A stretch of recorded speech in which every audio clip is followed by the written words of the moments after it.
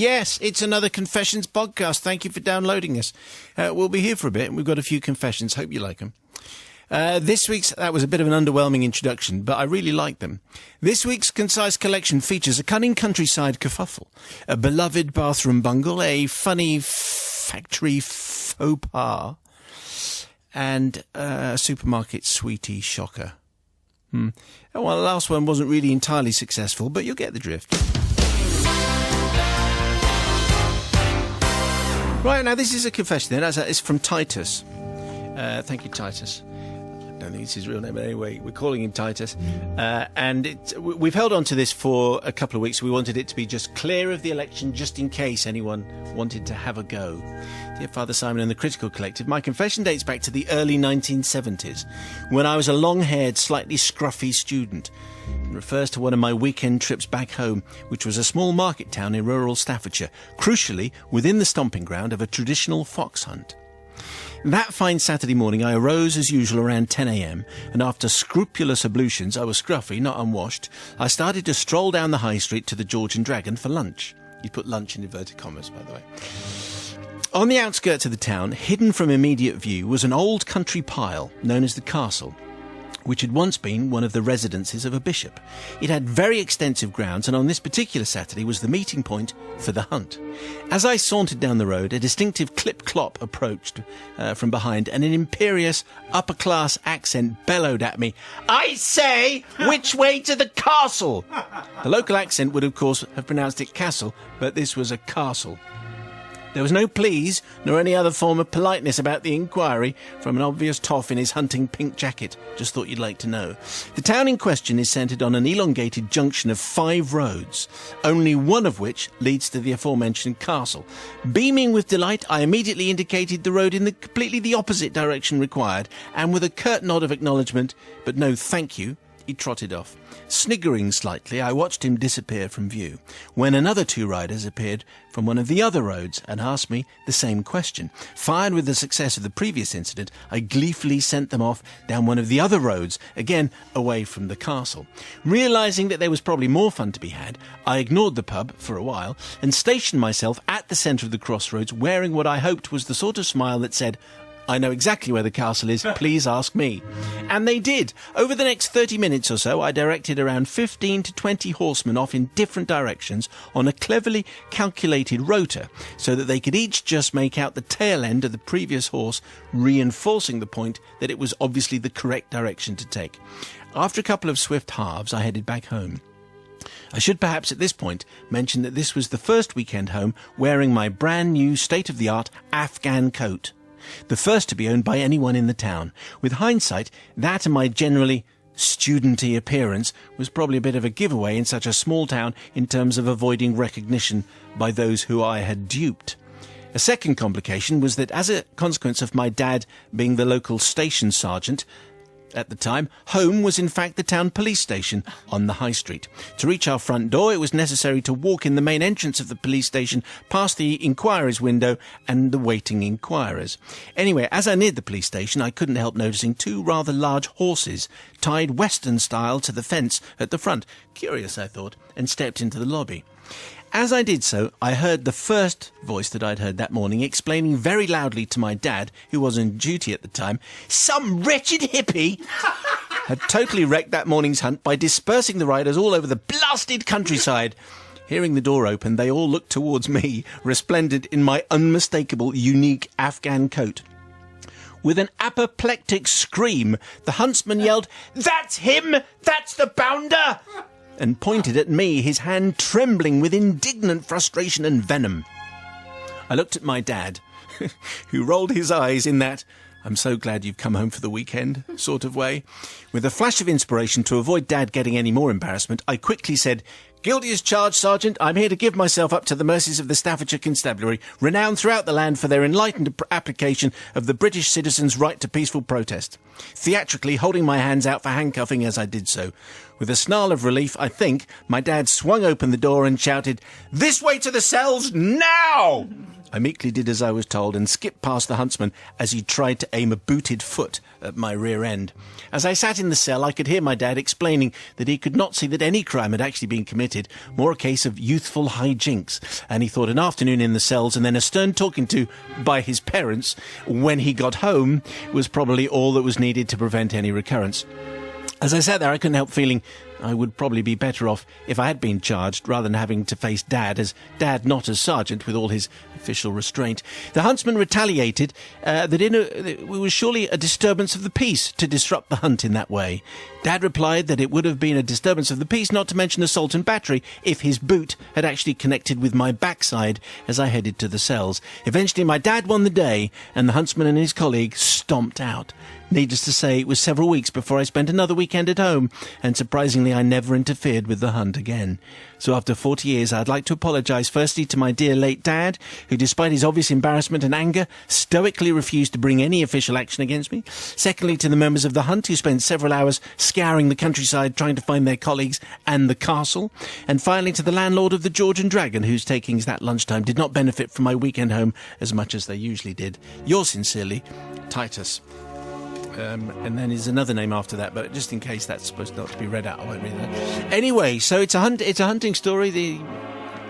Let's see what Sister Rebecca makes of this. Yeah, I know what Matt's going to make of it. Yeah, anyway. Absolutely. Good for his dad. I think that he reacted in exactly the right way, and also Titus in giving himself up immediately. I thought that was the perfect reaction. I mean, the huntsman genuinely thought it was a criminal offence to misdirect someone, which is clearly ridiculous, and their general arrogance, etc., and the fact that he protected the poor fox, maybe. For all those reasons, I'm going to forgive. Okay, very good. That's a bit controversial, isn't it? Yes, forget the fox bit. I think you. Don't want to get into this, No, whatever. I'd underline it. I'd underline the point for you. It's too late now. Sister Bobby from the Priory. Well, I was just going to say the foxes forgive you, Titus.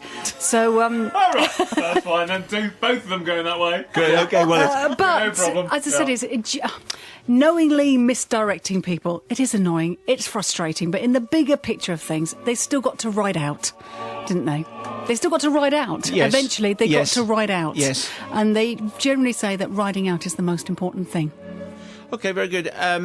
So it's just it's not a controversial subject at the moment, isn't it? It hasn't sort of come up good again. to see. What do you think? Well, number one, I mean, none of us really were in his corner when he's anyone who begins a sentence with "I say," really not going to have most of the British public on your side. I would wager. But here's the point: if you can't find a castle, castles, in my experience, tend to not be down in the valley. They tend to be on sort of raised land because that's the whole point of building your castle right there. If you can't find a castle while sat on a horse, you've no business out on your own. So for that reason, I'm going to forgive.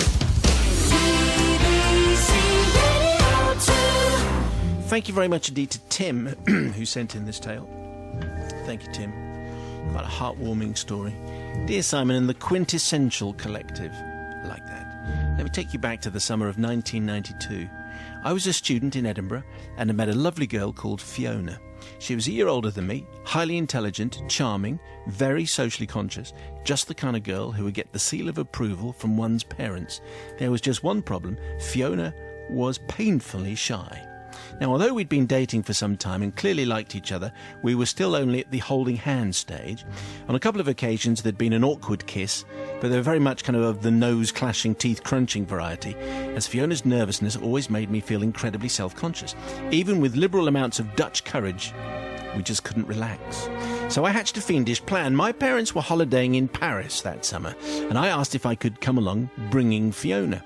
I knew that they would like her, and after a few heavy hints and persuading them that this was the modern way, they agreed to book a twin room for us to share. This was a result, and I was sure that a week in the most romantic city in Europe would help us to just chillax. Interesting expression from Matt there. Yeah. It's all right, Matt, you can find you don't. Yes, it's okay. Yes. Go on. Don't need to feel nervous. I think she was rather alarmed to see the hotel room, as the twin beds were only an inch apart, but there was a bit of awkwardness over the ensuite bathroom as the walls were paper thin. Nevertheless, the trip began perfectly. We wandered happily around galleries and museums, ate baguettes by the Seine, and dined in lovely restaurants. How could this fail? And then fate dealt me a low blow. I ran out of socks. Now, I'm sure you can imagine that hours spent tramping around a hot summer city can lead to hygiene problems for the oozing feet of a young man.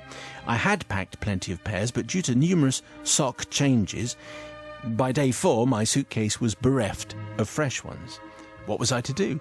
I don't recall why I didn't just buy more socks. I think they sell them in France, but for some reason I ended up hatching fiendish plan number 2, and this is where it all goes embarrassingly badly wrong. That evening back in our hotel room, I told Fiona I was going for a bath in order to be at my freshest. As she lay on the bed reading a book, I sneaked past her, holding all my dirty socks under my towel, and gratefully closed the bathroom door. I was going to wash my socks in the bath along with myself. What an obvious idea. Of course. Absolutely. Why wouldn't Cannot I? fail. Parisian water, Father Simon, is very soft, as you may know, and it was no easy task to rinse the soap out of the washed socks. It took absolutely ages. At one point, Fiona actually knocked on the door asking if I was all right because I'd been so long, and had to pretend that I was just having an extra long soak. Eventually, my job was done, and all I had to do was to smuggle the socks back out and then surreptitiously dry them on the radiator once Fiona had fallen asleep. Hopefully, they wouldn't pong too much. So I got out of the bath and was about to leave when I remembered that I should make sure that the tub was clean. And I turned round and to my horror saw that there was a large blue rim right around the bath. Right round and in fact right down into the bath.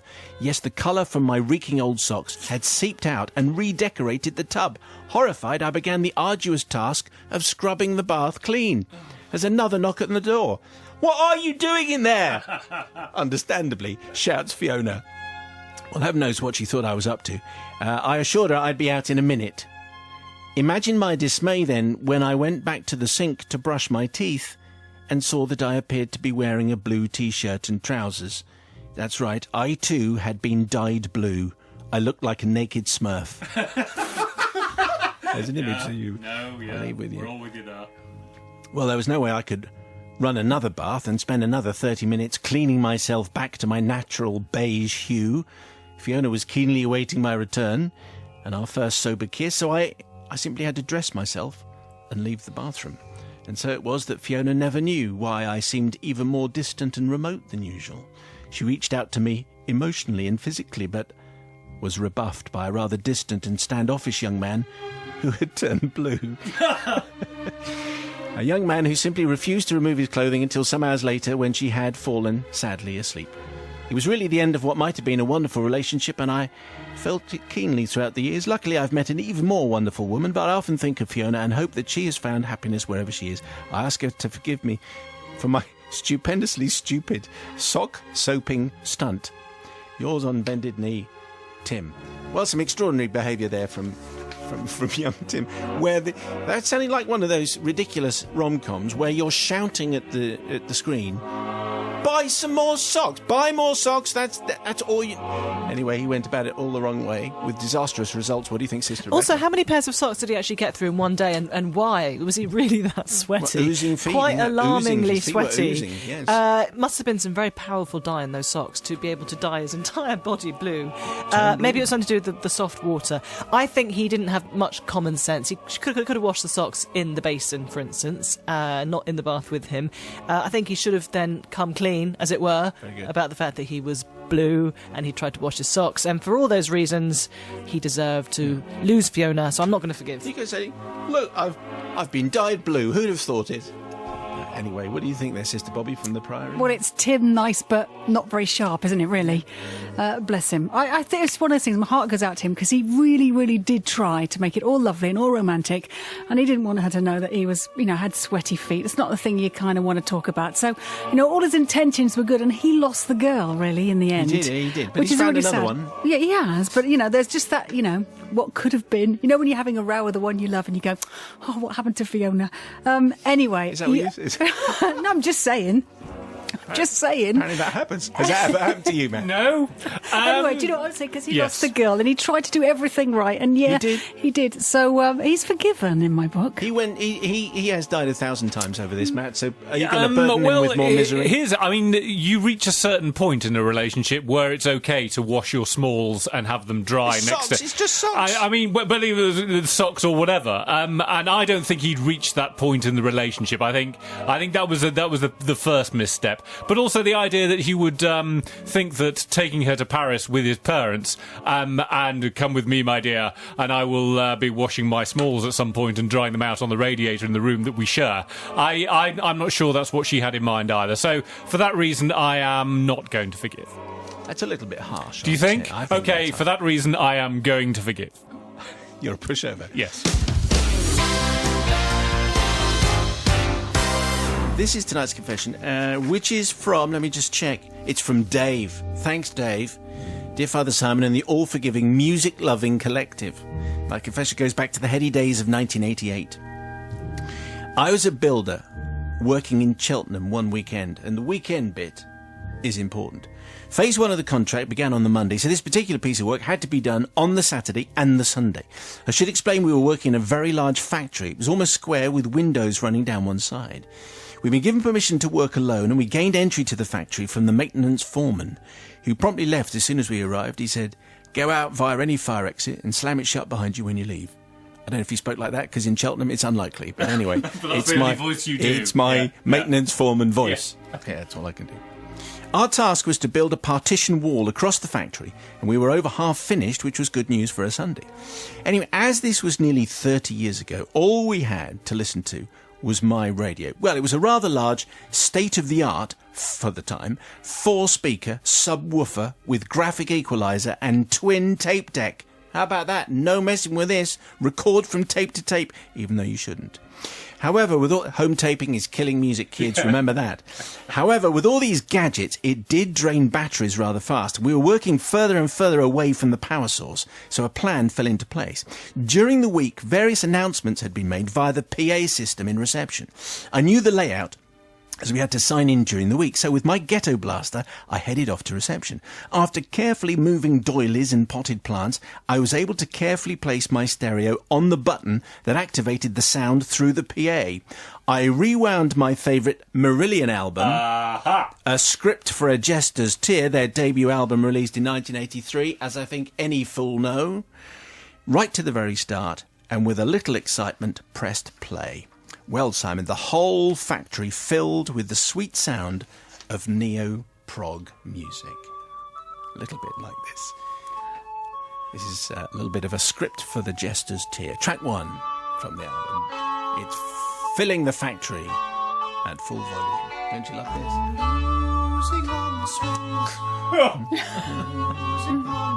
Be very careful, that's all I'd say. Be very careful. Anyway, I headed back to my mate, feeling rather proud of myself, because the work carried on as we enjoyed stellar track after stellar track, like finished, and then such a delight with Garden Party coming next. Oh God, not again!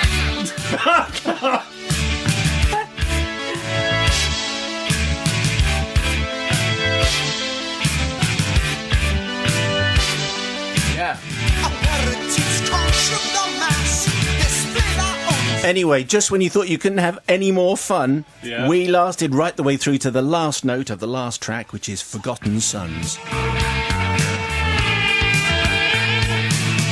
Anyway, Father Simon, it had been 47 minutes of glorious pomp turned up to 11.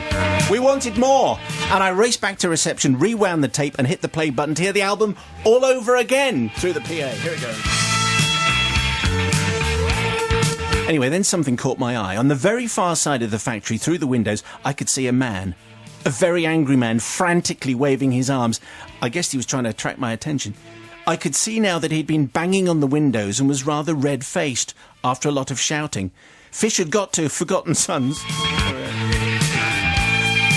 As the man outside gestured towards the fire exit of Factory 1, as I opened the door, the man shouted, "Would you turn that racket off?" Another local. Cheltenham. He was another local. Yeah. "What's the problem?" I said, slightly annoyed and affronted. He said that he was the supervising manager. He was doing the Sunday shift in factories 2 and 3. He'd been banging on the windows for an entire shift. What felt like an eternity. The album had played through twice. He'd been trying to get my attention because the PA system also went through to the other factories. Just then the tape finished and silence fell on all the factories. It turned out they didn't have a volume control in factories 2 or 3, and they'd had Marillion turned up to 11 non-stop, a whole album's worth. Having given up on getting our attention, he'd walked away angrily during the rewinding process, as all had fallen silent, but then, no, they had to endure the whole album again. And again. Anyway, as it turned out, there were no Marillion fans in factories 2 and 3.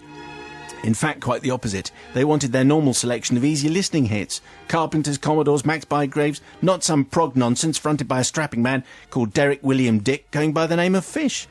Anyway, I offered my apologies. Or a different choice of music, but he was having none of it. Finish your job and don't come back, were his very words. So, Father Simon, I don't seek forgiveness from the supervisor or the 20 or so people on their Sunday shift who, quite frankly, should have enjoyed the music, but from my boss, who never got the remainder of the contract, and to this day doesn't know why. So this is probably the only time Marillion has led to some people being unemployed. I don't know. I mean, Fish left the band around about this time. Anyway, Dave would like some forgiveness for basically blasting Marillion 3 times on a Sunday to an audience of people who, frankly, would have Max Bygraves if they could choose. What do you think, Sister Rebecca? I remember the massive stereo, the subwoofer thing with all the speakers. I just loved those things. I think that I'm very sad that they no longer, are everywhere. I was going to say he didn't know that Factories 2 and 3 were having to listen to this. He didn't. So, no. He wasn't at fault in that sense because it was unintentional. But then when you said the boss didn't get the contract renewed or continued, that's pretty serious, isn't it? So I'm a bit torn about this one. But I think because he was entirely innocent in what he was doing. As far as he knew, it was just him and his mate listening to Marillion. I'm going to forgive. I'd like to make it very clear, Marillion are a great band. Anyway, yes, Sister Bobby from the Priory. Well, I'm on similar ground. And also, why didn't the complaining man in Factories 2 and 3 go to reception and just change the cassette from his car? I don't think there was anyone there. Maybe they couldn't get in. Okay, maybe. He could have done a million different things, and it seemed to be really over the top to make him leave. I mean, the other thing I was worried about, and I don't know if anyone picked this up, they had to finish that job by Monday. On Sunday, they were only halfway through the wall. So I wouldn't get too involved. I'm just pointing out that actually maybe Marillion stopped working. Yeah. Well done. Very good. Now Matthew goes. Forgiven. Yes. Do you remember dancing in stilettos in the snow? No, Mr. Fish, I don't. Well, you remember the lyrics rather well, can clearly. I just say? Yes. I would say that, I don't think the contract was cancelled because of the music. I think there was something else going on. And for that reason, something else was going on. Because I don't see how you can't cancel a contract just because you don't like Marillion, which of course is a great band. Just head off those emails right now. So I am definitely going to forgive. Matt's here. Yes, I am. Yes, Sister Bobby's here. I am. And Sister Rebecca is poised and ready. And tonight's tale, gather round now, it comes from Mick. Thank you very much indeed, Mick. Your confession to confessions@bbc.co.uk or via the website, Father Simon. After many years of living with my guilty secret, the time has come where most of the people involved won't be bothered to try and find me. I have 3 beautiful children who have now flown the nest and are making their own way in life, but my tale starts some years ago, when they were of preschool age. 2 of them were level-headed, even-tempered, happy-go-lucky children, but one, I guess there's always one, was different. She was trouble. My daughter, and I will refer to her as E, to protect the guilty, was excitable, prone to temper tantrums, and generally needed closer management. Despite this, we loved her just the same as the others, but whenever we were out, E was the one that we had to keep an eye on. Part of our routine was to visit the supermarket in town most weeks. E would enjoy this as it gave her the opportunity to run around. Made even more fun in the knowledge that at some point Dad would run around too, particularly when she hid under the shelving or in the stockroom and Dad couldn't find her.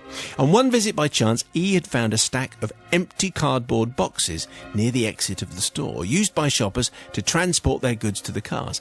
She was happy sitting in the box, which of course became a carriage or a house or something of the kind. It was actually one of those large boxes used for oranges that had slots in each end for ease of carrying.